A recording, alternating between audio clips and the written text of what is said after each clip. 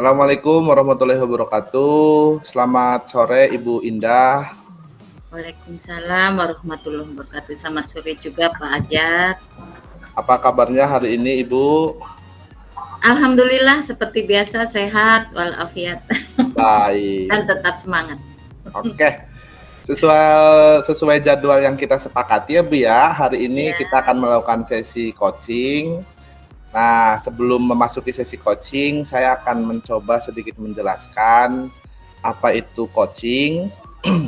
Jadi coaching itu adalah bentuk kemitraan di mana saya sebagai coaching akan menstimulasi pikiran dan kreativitas Ibu sehingga Ibu Indah bisa terinspirasi untuk memaksimalkan potensi Ibu di dalam kehidupan pribadi maupun pekerjaan.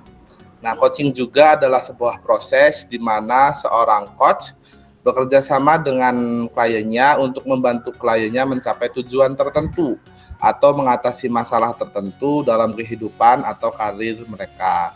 Dalam coaching, seorang coach memberikan dukungan dan motivasi dan bimbingan untuk membantu klien mengidentifikasi dan mencapai tujuan Ibu Indah serta mengatasi hambatan yang menghalangi kemajuan Ibu Indah sebagai pendidik.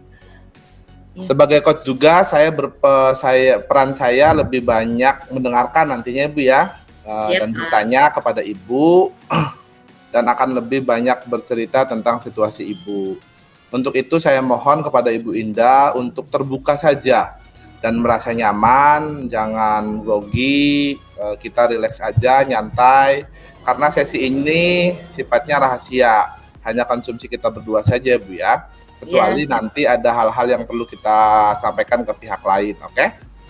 ya, Namun itu juga tetap persetujuan dari Ibu sebagai coach nantinya. Nanti waktu kita hanya 15 menit ya Bu ya. iya Pak, siap. Oke, kita langsung saja Bu. Yang pertama, apa saja kendala yang sering dialami Ibu sebagai seorang pendidik? Mangga Bu. Terima kasih Pak Ajat atas waktunya dan untuk kegiatan ini. Tadi kendala-kendala saya dalam mengajar ya sedikit banyak memang pasti ada ya Pak, namanya juga Iya, betul. terutama di tahun-tahun ini, yaitu di saat saya mulai belajar untuk mengajar di kelas yang rendah dan ternyata saya juga mempunyai kewajiban mengikuti untuk mengikuti tahapan-tahapan CGP yang sekarang ini Pak. Jadi di saat saya di sekolahan sudah juga mulai belajar, di luar sekolah juga saya juga belajar, begitu ya Pak. Betul. Terus yang membuat kendala lagi itu terutama lagi saya ini tidak apa ya istilahnya itu bukan guru yang pandai IT.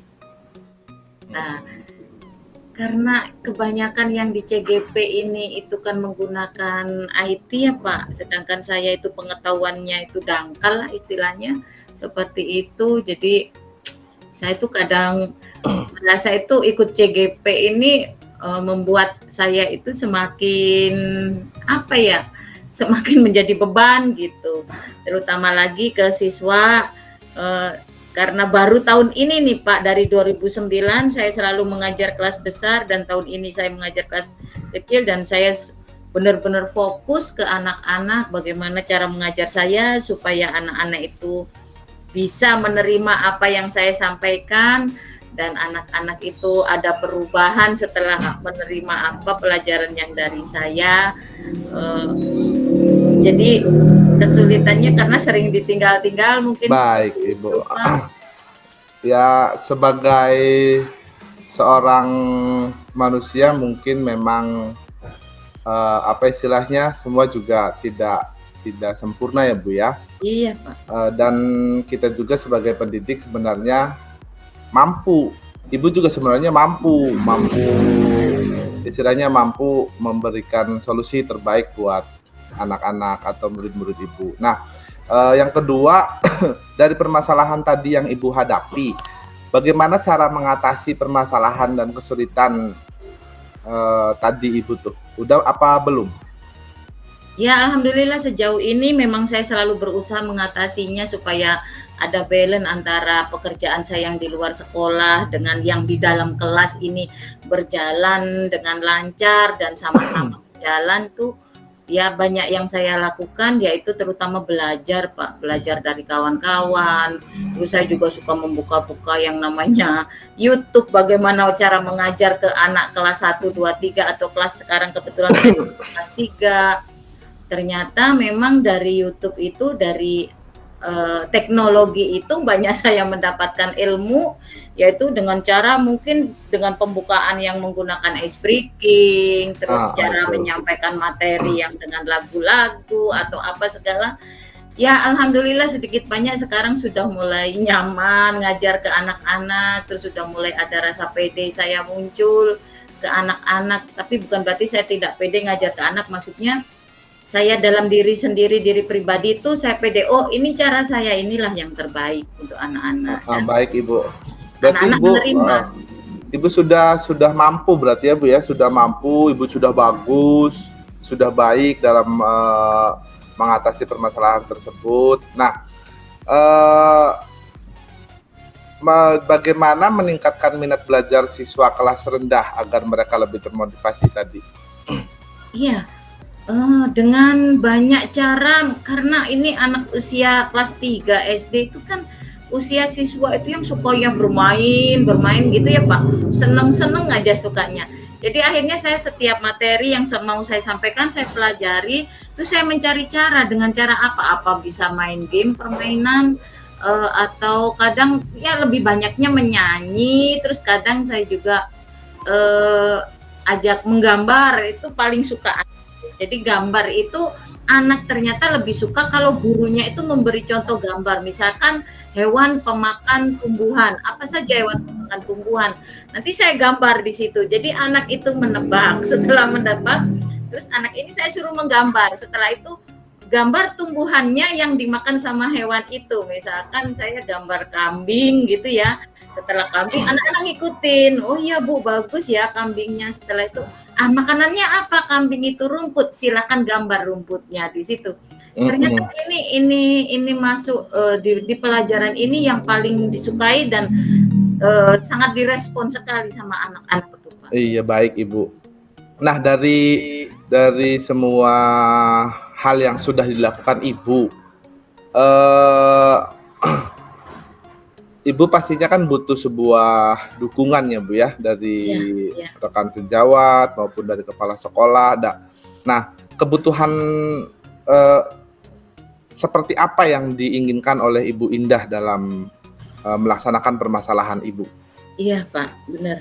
Untuk pembelajaran itu salah satunya itu yang saya butuhkan memang media pembelajaran Pak, karena media pembelajaran ini yang sulit saya dapatkan karena memang di SD kami punya keterbatasan juga. Karena buku-buku terutama ya Pak, buku pelajaran ini saya itu kalau ada dari anak kelas 3 ada 8 tema, itu kan karena tematik. Yang saya temukan hanya tema 1 sampai 3 saja. Selanjutnya ke sini di semester 2 itu tidak ada buku. Sehingga saya mau tidak mau kan harus mencari lewat Google atau membuat aplikasi-aplikasi seperti mencari aplikasi pembelajaran tentang buku-buku materi itu ya Pak.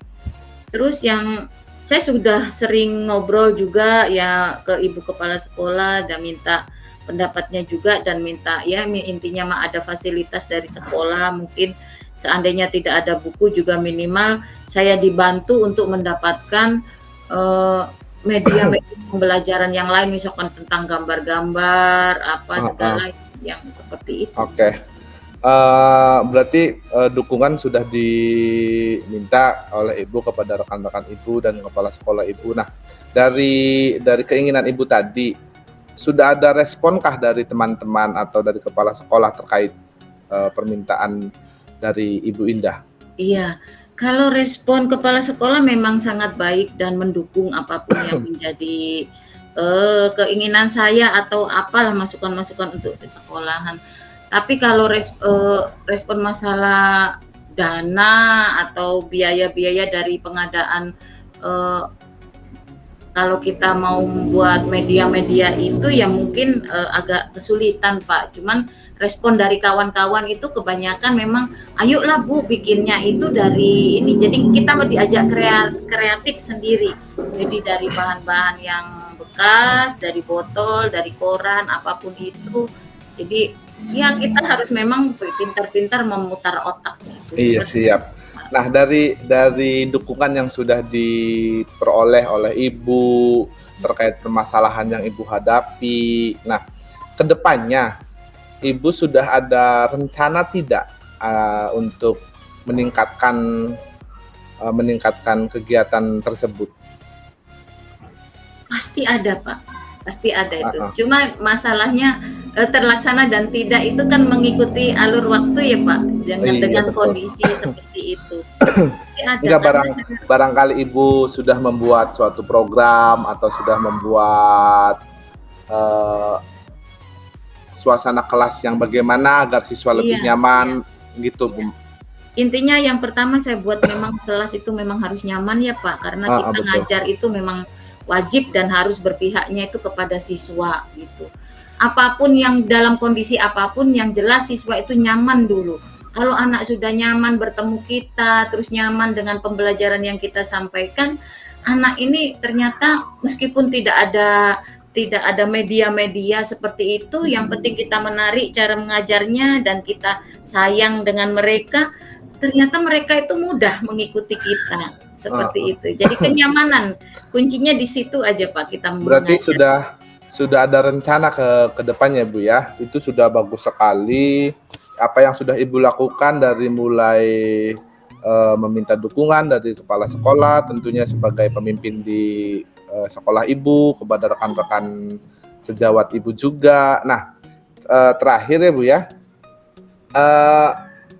bagaimana Ibu dapat memastikan bahwa seluruh stakeholder yang ada di sekolah Ibu, termasuk siswanya juga, guru, orang tua, dapat memahami dan bertanggung jawab dalam kegiatan yang sudah direncanakan oleh Ibu Indah tersebut? Iya, karena memang sudah saya lakukan ya Pak. Iya. Jadi memang saya memberi contoh, saya kasihkan bukti. Saya itu punya program seperti ini, saya punya cara mengajar siswa saya itu seperti ini, dan itu saya buktikan. Dan alhamdulillah kawan-kawan memang selalu menyampaikan ya, kalau guru setiap kelas yang dipegang sama Bu Indah, anaknya itu selalu satu nurut, nggak petakilan gitu ya, kata bahasa nggak tahulah beliau mereka. Terus anaknya itu ada peningkatan Pak, pinter-pinter, yang tadinya dalam satu kelas bisa jadi 10 anak yang nggak bisa baca, begitu dia akan naik tingkat ini bisa-bisa sampai tinggal 2 atau 3 anak saja yang kurang baca, bahkan tuntas. Itu bukan dari saya, hanya saya menyampaikan sekarang. Itu seperti itu Pak katanya. Jadi ya alhamdulillah ya, saya bersyukur juga mungkin ya, karena intinya saya mengajar ke anak itu memang anak harus nyaman dulu. Iya Bu, betul. Yang saya ajarkan itu masuk ke anak itu Pak. Oke Ibu, alhamdulillah ya Bu ya. Ternyata apa yang dialami oleh Ibu, permasalahan yang dialami oleh Ibu, ternyata Ibu sebenarnya mampu dan sudah bisa menyelesaikan masalah tersebut dengan cara tadi meminta dukungan teman-teman Ibu, minta dukungan kepala sekolah. Ibu juga sudah membuat rencana, Ibu juga sudah memastikan bahwa teman-teman di seluruh sekolah juga mampu memahami dan ikut bertanggung jawab dalam rencana Ibu. Berarti Ibu sudah baik dalam melaksanakan kegiatan belajar mengajar. Ya Bu ya. Saya akhiri sesi coaching ini. Semoga kedepannya Ibu dapat lebih baik lagi. Saya juga mohon maaf apabila dalam sesi coaching ini ada kata-kata saya yang kurang berkenan di hati Ibu. Mohon maafkan saya. Semoga ini juga dapat bermanfaat bagi saya pribadi ya Bu ke depannya, karena kita sama-sama belajar, sama-sama mengembangkan demi memajukan pendidikan kita, tentunya sesuai cita-cita pendidikan kita, yaitu profil pelajar Pancasila. Saya akhiri, terima kasih. Assalamualaikum warahmatullahi wabarakatuh. Waalaikumsalam warahmatullahi wabarakatuh.